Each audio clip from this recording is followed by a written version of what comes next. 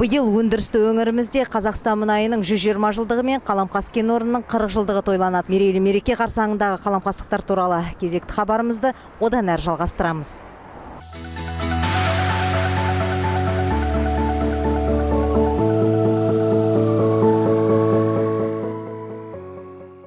Мұнай игеруде Маңғыстаудың аумалы төкпелі қара суығы мен тас төбеңді қайнатар шілдедегі ыстығына төзіп, қайыстай қатып әбден ысылған мұнайшылардың өмірбаяны Маңғыстау мұнай өндірісі тарихындағы елеулі тарау.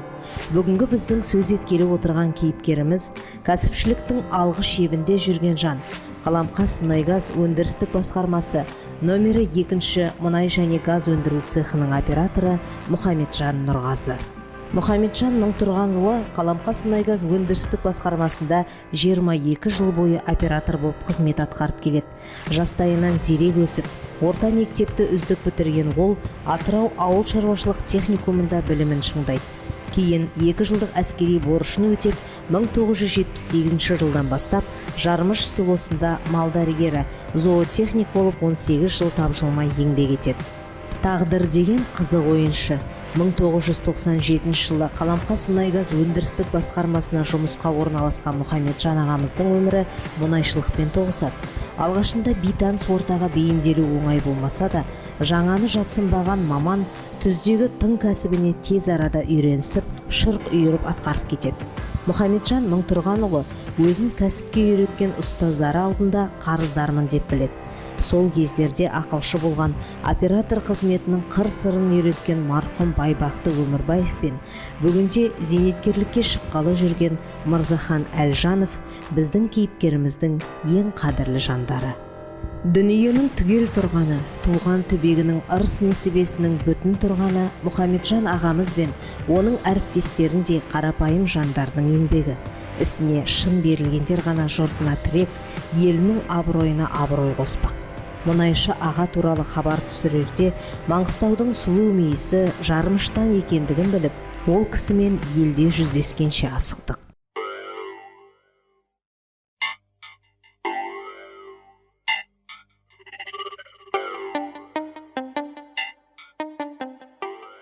Маңғыстаудағы бір таңсық нәрсе жасыл желек.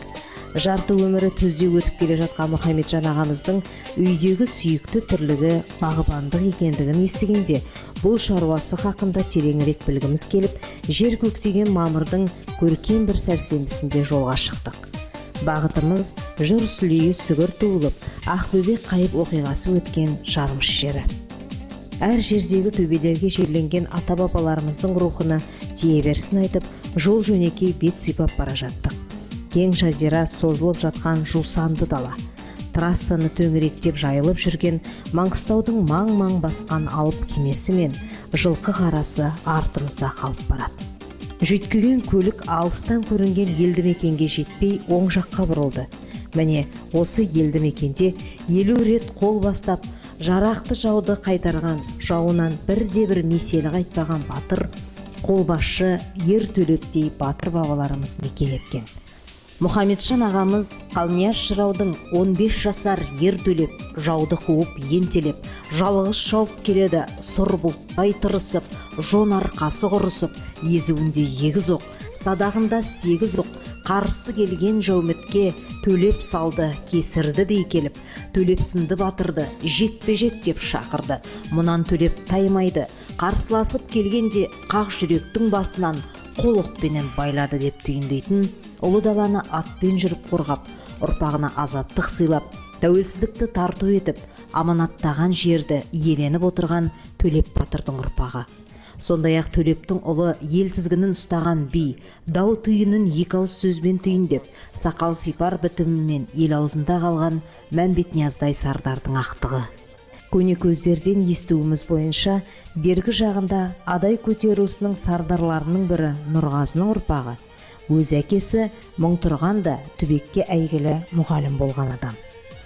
Елді мекен көрінгеннен ақ мен мұндалап ауылдың жоғарғы жағында таудың бел ортасын жасыл желекке орап, биік ақбоз үй тұр. Бұл жерден ауыл іші алақанда тұрғандай көрінеді. Батыр бабаларының табанының ізі, қолының табы қалған жерде Мұхамеджан ағамыз бақ мекенінің отын маздатып отыр. Бала кезден көк майса белді көрпе ғып, тау етегін жастанып жүріп өскен ол, ауылдың шаңды желімен шашын тарап, мөлдір бұлағымен сусындады. Осыдан да болар, табиғатынан әсемдікке, тазалыққа жаны құмар болғандықтан, ауылын, ауласын көркейту, жайқалған ағаш жемісінен нәр алу қанмен келген аға жанының қалауы. Нұрғазы дейтін кісі болған, ол да кезінде адай көтерілісіне қатысқан сондай адам еді. Біз соның ұрпағымыз. Онан кейін сол жаңағы Нұрғазы атамыз осы араға қоныс тепкен ертеректе келіп. Сосын өзі осы арадан мына бақша ұстап, осында үлкен ағаштар екен, міне көрініп тұр, ағаштардың үлкен кәрі екені, бірталай жасқа келгендігі сыртынан да көрініп тұр. Ал солай біз енді осыны ары қарай жалғастырушымыз. Осы бақшаны менің байлығым, бірінші денсаулығымнан кейін осы бақшам, семьямнан кейін. Осы бақшаны күтеміз, осы бақшаға ешқандай жаңағы бұлай мал жолатпаймыз, ішіне мал кіргізбейміз, бағамыз, күтеміз, әктейміз, сырлаймыз, отын сыртқы қоршауларын ойнатеміз. Осы мен үшін осы жақсы, осы маған демалыс осы шындығында. Мысалға 10 күн жұмыста мұнайда жасап шаршап келген уақытында осы араға келіп демаламын. Маған санаторияның ненің қажеті жоқ, мен осы үйім санатория. Және жұрттың бәрі келіп, тіпті кейде шынын айту керек, осы араға келіп демалып кететіндер бар, семьясымен. Жаңағы атамыз кезінде ана үйді салып кеткен. Сосын енді қазіргі заманға сай өзіміз үй салып алдық. Ол міне осы мына көрінген үй, осы жақсы, осы арада қазір тұрып жатырмыз. Балдарым бар, немерелерім бар, келіндерім бар. Бұл әулеттің басынан өткен тарихты осы бақтың өзі-ақ баяндап тұрғандай. Тамырын тереңге салып, бұтақтары сала-сала болған байырғы қарағаштың шыбықтарын осы жерді таңдап қоныс тепкен Нұрғазы қария қадаса, желмен сыбдырласып, бой түзеп келе жатқан тал терек түбекке әйгілі мұғалім әкесі мың тұрғаннан тараған ұрпақтың шаншыған желегі. Бір кездері шаңы бетіне шығып, шамалы жел ұйтқи қалса, тозаңы қоса көтерілетін тастақты тау етегі қазіргі уақытта кішігірім саябаққа айналған. Бір шарбақта екі тарих, кәрі шаңырақ пен отау үй. Ілгерідегі үлкендер өздері еккен шыбықтары жайқалып өсіп, кейін үлкен бәйтерек болып, бала шағалары, ұрпақтары саясында сайраңдап жүретін о бастан ойласа керек. Ол үшін тау бөктерін жарып шығып жатқан бұлақ көзін маңайлаған. Мұздай мөлдір бұлақ суы тек бақшаны ғана емес, бүткіл ауылды ауыз сумен қамтып отыр. 1987 жылы шаңырақ көтеріп, 2 ұл, 1 қыз тәрбиелеп өсірген Мұхамеджан ағамыз 5 немере сүйіп отырған ақылшы ата. Үлкен ұлы Нұрболат әке жолын қуған мұнайшы, екінші ұлы Нұрасыл Астанада еңбек етеді. Қызы Нұрсәуле де аяқтанып, баламен үй шаруасында отыр. Ағаңызбенен 86 жылы таныстық. 86 жылы 1900 мен шетелге қыдыратын болдым. Молдавияға, Румынияға, Болгарияға путевка алып қыдырдым. Сол кезде осы Жарымшы ауылынан бір топ жігіттер барды.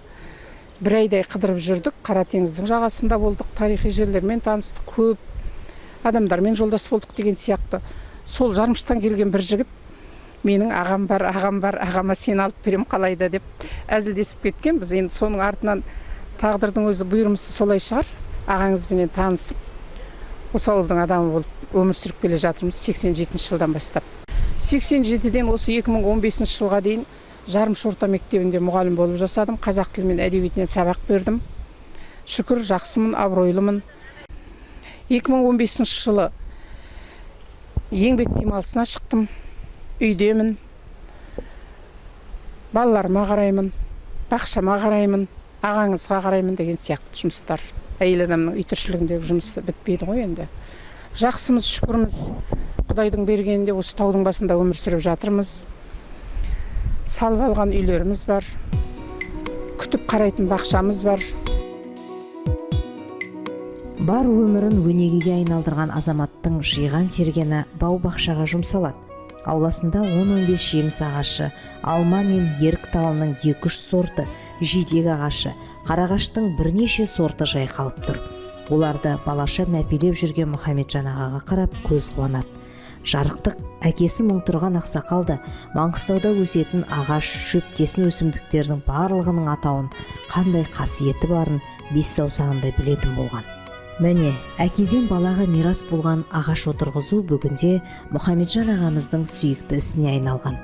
Ол бағбандықтан табатын жан ләззатына еш нәрсені теңгермек емес. Уақыттың ағымымен балаларының аңсары қалаға ауатыны да жасырын емес. Алайда туған жарымышына тамыр жіберген мұнайшы ағамыздың Атагүлдіктен ажырағысы жоқ. 60-тың асқарына жақындаған мұнайшы аға өзі де Мәуелі Бәйтеректей ұл қызына да осы істі үлгі етіп отырады.